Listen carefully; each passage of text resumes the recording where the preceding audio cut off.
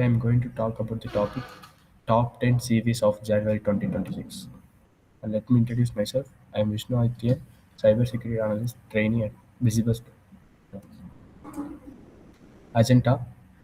Let's see the introduction and what is CV and why it is used and where in real world it is used and which topic I am going to take about and description how the attack works and real world impact, mitigation and prevention, why the CV is very important. First, introduction. What is CVs? CV stands for the Common Vulnerabilities and Exposures. It is a standardized system that gives an unique ID to every publicly known cybersecurity vulnerabilities.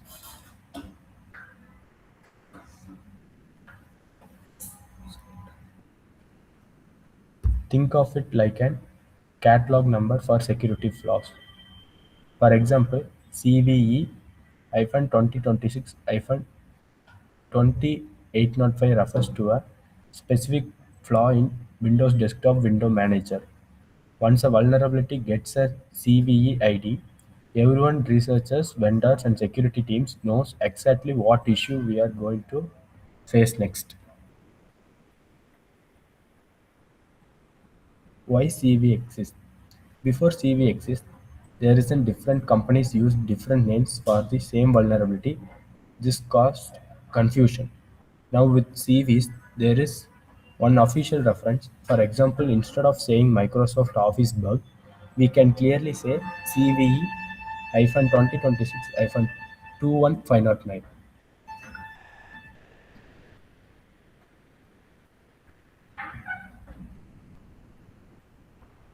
Unlimited tracking and management.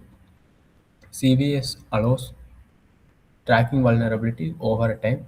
Vulnerability management tools like Nessus, Qual, and Rapid7. Risk assessment. Each CV usually comes in CVSS score, and CVSS stands for Common Vulnerability Scoring System.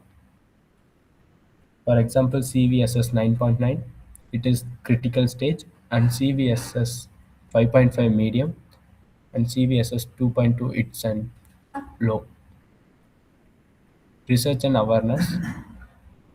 Researchers can public vulnerabilities with CVIDs whole cybersecurity community.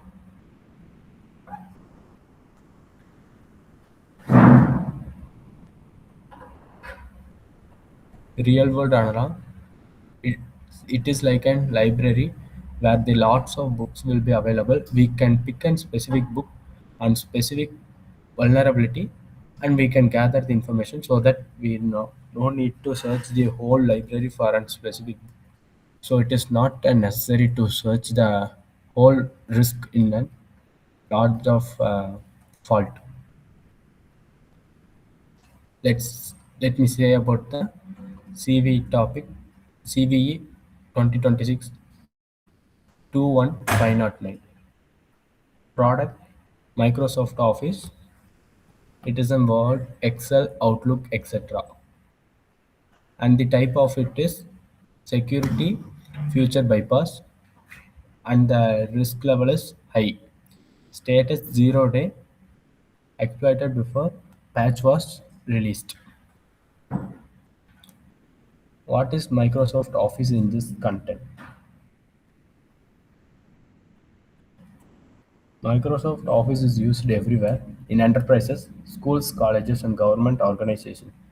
Since people constantly share Word, Excel, and Outlook files via through the Gmail, cloud, and some other social medias. So the attacker target the office as the primary enter point into the networks and they can easily gather the office information easily.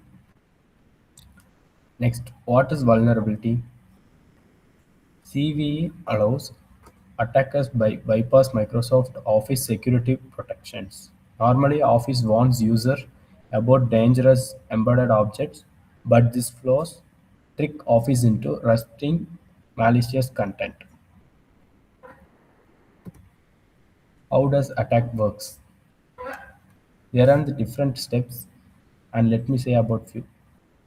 First step is attacker creates a malicious office document, and the document contains a specifically crafted embedded object. It is sent through a physical mail like a face invoice or resume, and victims open it. Office security warning is bypassed. Malicious code runs silently in the background.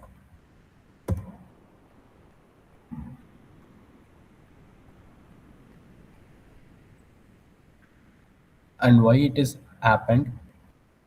The threatening of the office stored data is by the third party without knowing to the office, so that they can be hack the user data or the employees who are working in a company or school students or hospital detail, so that they can earn money through that. Real world impact: the vulnerability was actively exploited in real attacks. It was used both targeted and mass phishing campaigns, affecting enterprises, educational institutions, and government sectors. Mitigation and prevention: each and every organization should apply updates immediately, and they must disable the unnecessary embedded objects and use mail security tools, and the trainer employees must recognize the unknown mails, and the organization or office must say about the clearly how the unknown message will be coming from the third parties, and what are all the precaution methods to be prevented before that. And why the CV is important? The CVE proves the security bypass flaws can be as dangerous as directly hacking tools. It shows the importance of timely patching, user awareness, defense in depth security. Since Office is used daily, this vulnerability gives attackers easy initial access to network, which can lead to ransomware or data theft.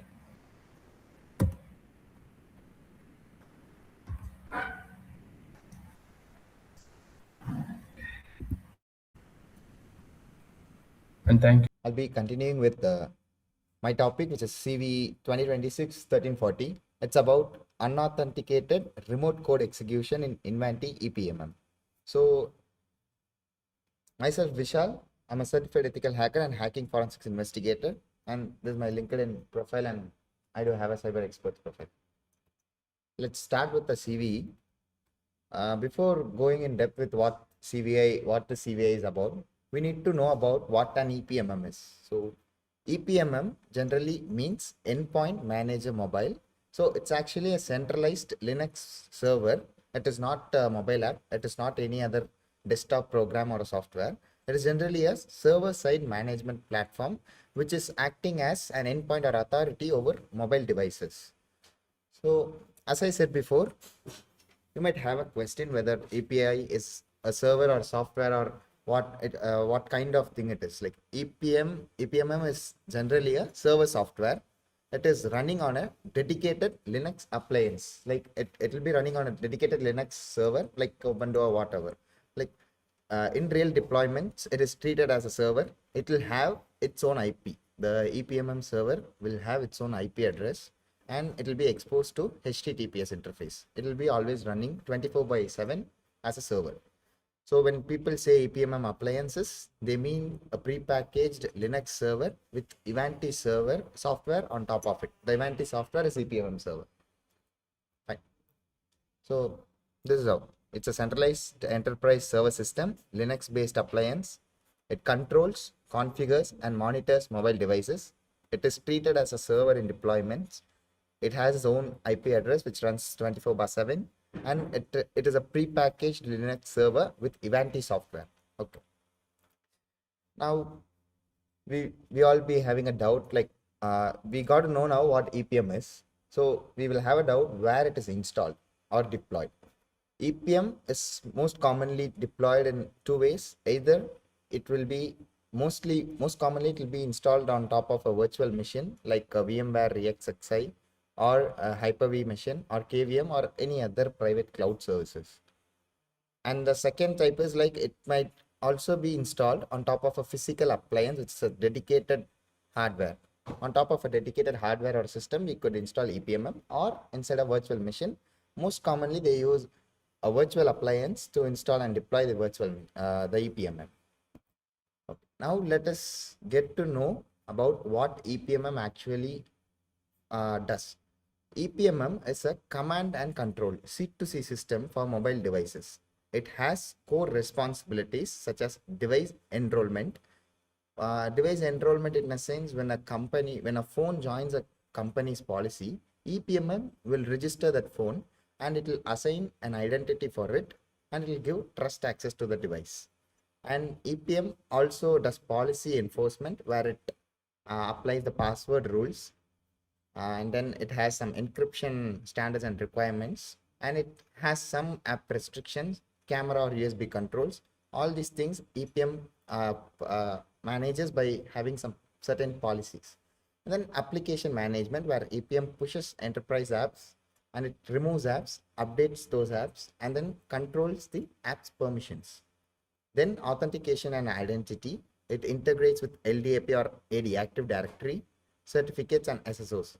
So it controls how devices authenticate. So these are the key functionalities of an EPMM, which is device enrollment, policy enforcement, application management, and authentication and identity.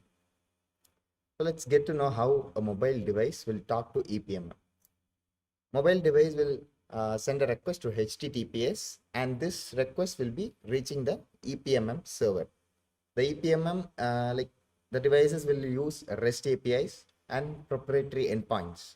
So what happens is during enrollment, periodically it will check in, and when policies change, the device will be trusted, and EPMM.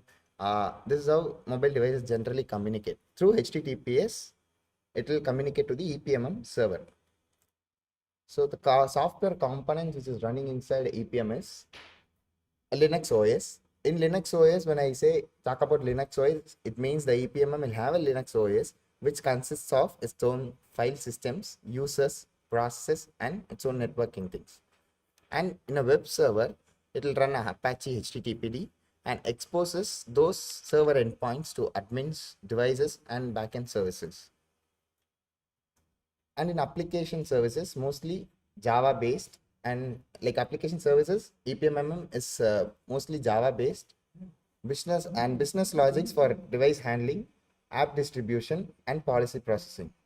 And it will have a database and storage where device data, user data, configurations, and other confidential secrets will be saved in EPMM.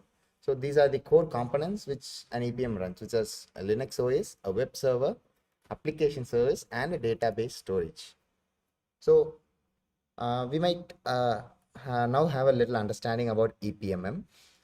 So now let's know why it is a high prioritized target. Because the EPMM, it controls all corporate mobile devices. It stores all authentication options, and it has privileged trusts over the devices, and it can push any software remotely, and it bridges the internet and internal system. So we have to know that it could push a software remotely, because if we gain access to EPMM, we could even push not only a software, we could push a malware also remotely. So this is why EPM is a high value target, EPMM. So let's get to know how EPMM relates to Ivanti Sentry. So EPMM is it's like a management brain, where Sentry is like a secure gateway. Sentry is Ivanti's tunnel, Ivanti's Sentry, which tunnels the mobile's traffic into internal applications, like it enforces and access policies. EPMM will tell the Sentry to what to allow. Sentry will be filtering the things if EPMM doesn't sense anything. So if EPMM is compromised, Sentry might trust the malicious instructions. it'll think that EPMM has sent me the instruction, so it is trustable. So it'll authorize it automatically. So here comes the problem. If we compromise the EPMM, the sentry will also be compromised, and we could be able to push the malware remotely. Simple analogy is like EPMM is like a airport control tower for mobile devices. The devices don't decide where to go. The tower does. If someone hijacks the tower, which is the EPMM, the plane follows the attack. It means the traffic will be unrestrictedly will be reaching the mobile endpoints. Okay. Now, why CVE 2026-1340 is so dangerous and specifically where? So, because the bug exists on the server, EPMM server. The server is internet facing. The server has absolute authority, whereas the EPMM is publicly exposed to the internet and it is on the server and it has every authority to send, and whatever it is sending to the sentry, it will accept it. It may trust whatever request which is sent by the EPMM. The sentry will trust all the requests which is sent by the EPMM. So if it is compromised, we could control every traffic. So that's what the server has the absolute authority. And the server, of course, has high admin privileges. So a single web request will lead to a full mobile control. So now I'll explain how the CV actually happened. First, we will get to know about the attacker. Attacker, where he is situated. I mean, like we have to know where the attacker is, right? Attacker may be anywhere on the internet. He might be in a home lab, in a VPS or cloud, or in a VM, or in a botnet node. So it doesn't matter whether he's a botnet or wherever he is. So the only requirement is that he should have internet access and he should be reachable to the network, to the Ivanti EPMM appliance. No insider access, no VPN, and no credentials are needed. Okay, he might be anywhere where he could reach the internet. So where is the target system then? Our target system here is the EPMM. So it is a dedicated Linux-based server, usually deployed as virtual machine on top of a virtual machine, sometimes on a physical device. So almost it is always internet reachable, and then it is exposed to HTTPS as a Apache server. So generally our target system, the CVEs, the particular CVE we are getting to know now. Here attacker is anywhere on the internet. Our target is the EPMM, which is generally a command to control brain for enterprise mobile. It's a Linux server. Okay. Now we will get to know what exactly is inside Ivanti EPMM. It will have an operating system under which it has file systems, process execution, shell environment, and etc. And then it will have a web layer which runs Apache HTTPD, and it exposes REST and proprietary endpoints, and it receives the requests from mobile devices, other backend services, and admin browsers. In application layer of EPMM, we will be having Java-based services. It is for the business logics such as app distribution, device enrollment, policy enforcement, and file handling. And it will have an integration layer where Active Directories and LDAP will be there, certificates, APIs, and mainly Ivanti-centric connections. Everything will be there. So this is actually a multi-tier enterprise server. It's not a single application. It's a proper multi-tier enterprise Linux server. What EPMM is designed to do? EPMM, it will be receiving the files, which is the apps and configuration files, and then it will process the metadata. It will generate and install the packages. It will interact with the Android and iOS devices, and it could dynamically prepare the contents. So internally, it builds file paths. It builds the paths where the file is to be located, and it builds the commands or shell scripts, and it passes the data between two or more components. So it has a dynamic behavior. If the input is not controlled properly, it would be a big vulnerability for us. So where the trust boundary broke in the CVE means the core mistake was EPMM trusted an external input from the attacker in a place where it should not have trusted at all. So specifically, the input from HTTP requests, which is sent by the attacker to the EPMM server, was used inside the server for backend processing. That backend processing constructs executable logic, and this is what we call it as a remote code execution. It is not like an XSS or SQL.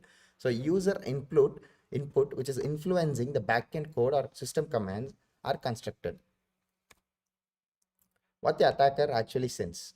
We have to know in this CVE how the attacker exploited this EPMM.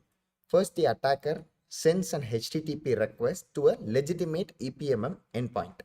So what happens is that endpoint normally handles app distributions, file transfers, and metadata processing. So here the attacker did not break any password or compromise anything and get into the server. What he did was he just sent an HTTP request to the EPMM, which was legitimate.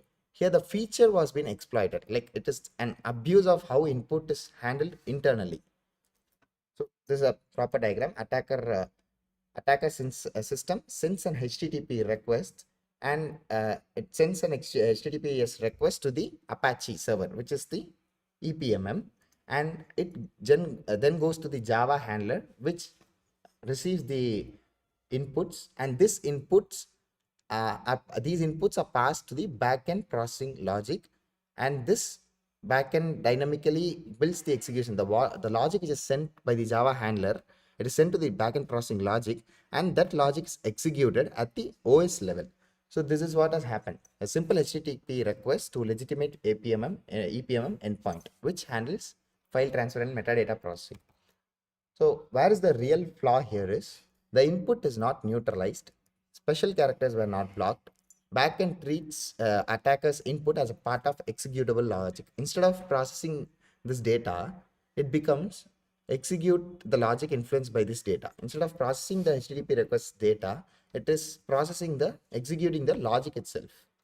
Why authentication never triggers means these endpoints are meant to be reachable by the devices and automated services. So the authentication is assumed to happen later or based on device trust and not user login. So there is no login prompt here, no token check, and no role validation here. So this is why attacker never needs credentials in authentication. There's no authentication here in these endpoints. Okay? So what happens after this HTTP request and all this code execution means the attacker is now operating inside. So he'll be having access like how he is in the local EPMM server environment itself. So he is situated, he'll be operating inside where it is like in a same environment as EPMM service, same file system, same network context, and same credentials loaded in a memory. So this is why integrity is lost here and trust anchors are broken. Because EPMM stores the admin credentials, EPMM server has the API keys with it, EPMM server has the mobile policy logic, and it controls app installation, network access, authentication behavior, and device configurations.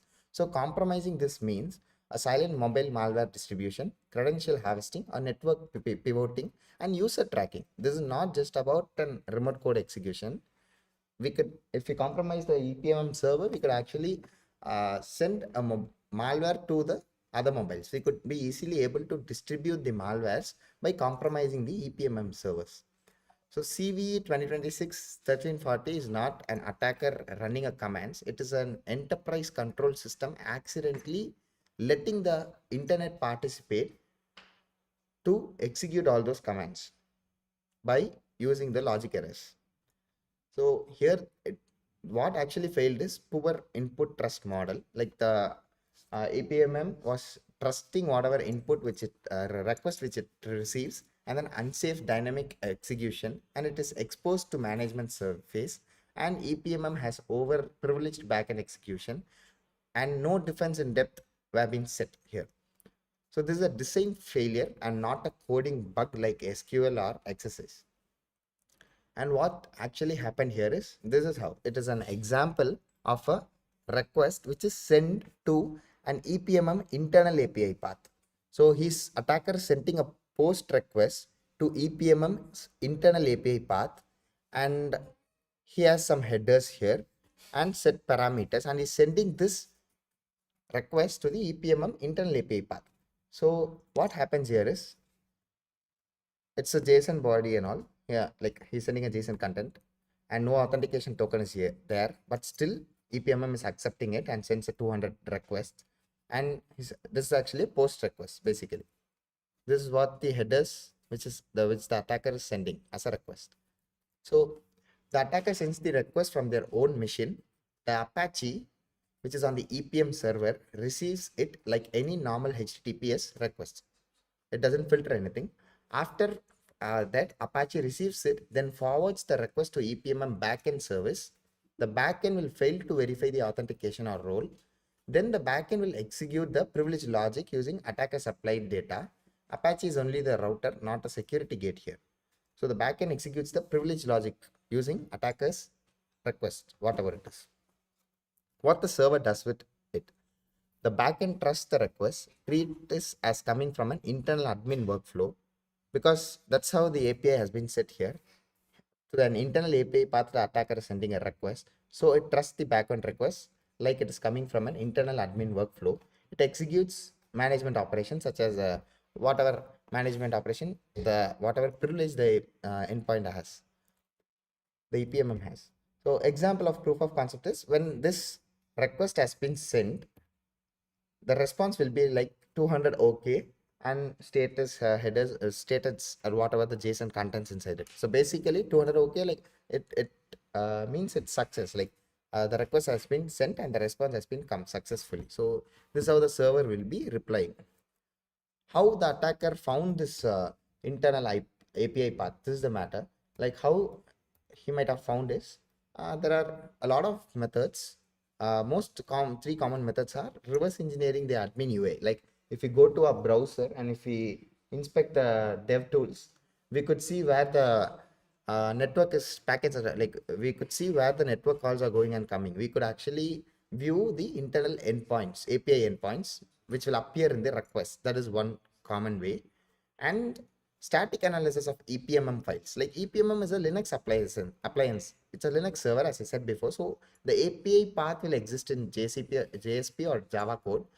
So API paths will also exist in configuration files or logs or anywhere. Somewhere the API path might have been leaked. So we could find the information from there, or fuzzing the EPMM paths like MIFS, MIFSC. These are the most common directories where we can fuzz and try to get the internal API.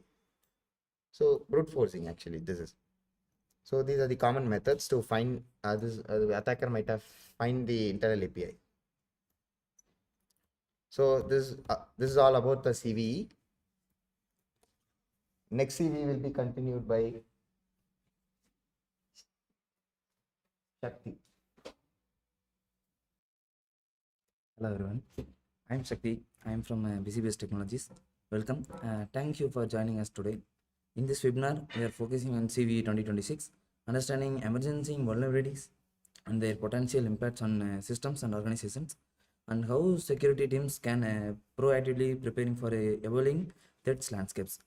As cybersecurity challenges continue to grow in the scale and complexity, staying informed about CVEs is no longer option. It's an essential. Today's session is designed to give you a practical insights and real world context and actionable strategies you can apply in your security practices. I am appearing your time and participations.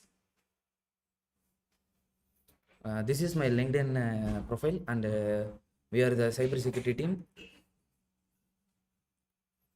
And now I'm going to take about CV 2026-2085 Windows Desktop and Windows Manager. That means DWM. In this Windows Desktop Windows Manager, information disclosure vulnerabilities that can be publicly disclosed by Microsoft in January 2026. Like technically details affecting components. Components means Microsoft Windows Desktop Windows, like a core system components responsible for running the graphical user interfaces.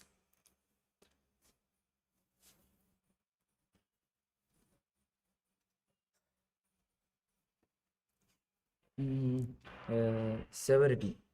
Serverity is a medium, like CVSS score of 5.5.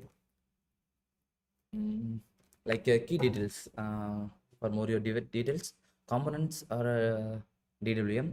Vulnerability types are information disclosures. Vulnerability types are CV 200. That may be open type. Impacts along the CVEs, allowing your locally authorized attackers to disclose sensitive information such as memory addresses from protecting user mode memories. Attacker vectors. Attacker vectors are local. That means attackers need access to the system, like taking access from a system. Confidentially impact. Confidence impact is more high. Exploring sensitive information like confidently, that impact is more high, but no effects in the integrity and availability. The integrities and availabilities are such more low, but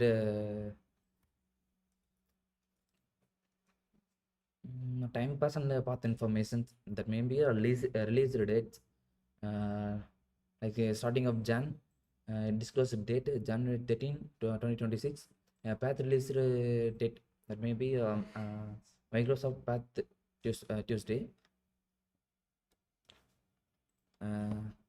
Interesting part. Risk assessment. At risk, Windows system running a DWM without January 2020 path. Potential consequences. Potential consequences of CV 2026. It may be actively exploited. Microsoft confirmed the fraud was being exploited in the real world attack raised to pathing. CISA catalogs the US Cybersecurity and Information Security Agency added CV 2026-2085 to it known as exploiting vulnerabilities KEV, as known exploiting vulnerabilities catalogs, with an directly to apply path promotely. The recommended actions, applying 2026 cumulating updates, like before CVs are 2020 something, and now the new CVs are updated 2026. Restricted local accounts privileges and monitoring for usual local activities. For your instance, the table, reference table, CV IDs are CV 2026 2008 20 805. Components, the DWM. Types are information disclosure. More on.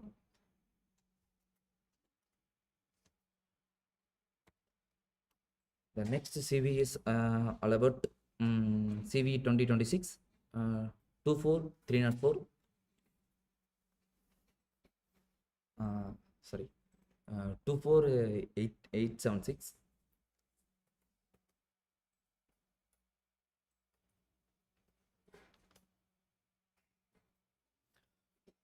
A heap-based buffer overflow vulnerabilities allowing a local attackers to with high privileges to escalate privileges futures,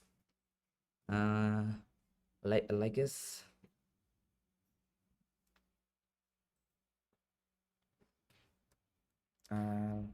key details, components, basically the Windows VBS enclaves.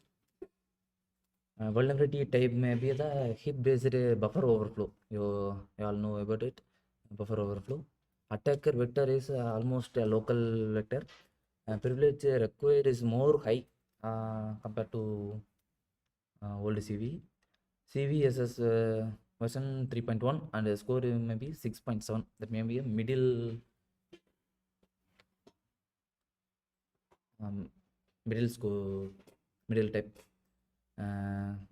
Like 2805, it may be the confidentiality impact is more high, but compared to that, integrity and availability is also a high.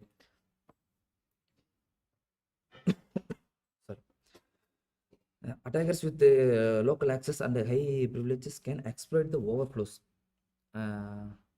Like top, the successful exploitation allows escalations of privileges beyond intention boundaries. The severity scores like 6.7 medium. And exploiting the local attack vectors and requires prior accesses. Like 2805, 2876 also have a time path and timeline info. Disclosing data is January 13 as like at CV's combined date. January 13, 2026. Patched in Windows 11 buildings. Is especially in Windows 11 building.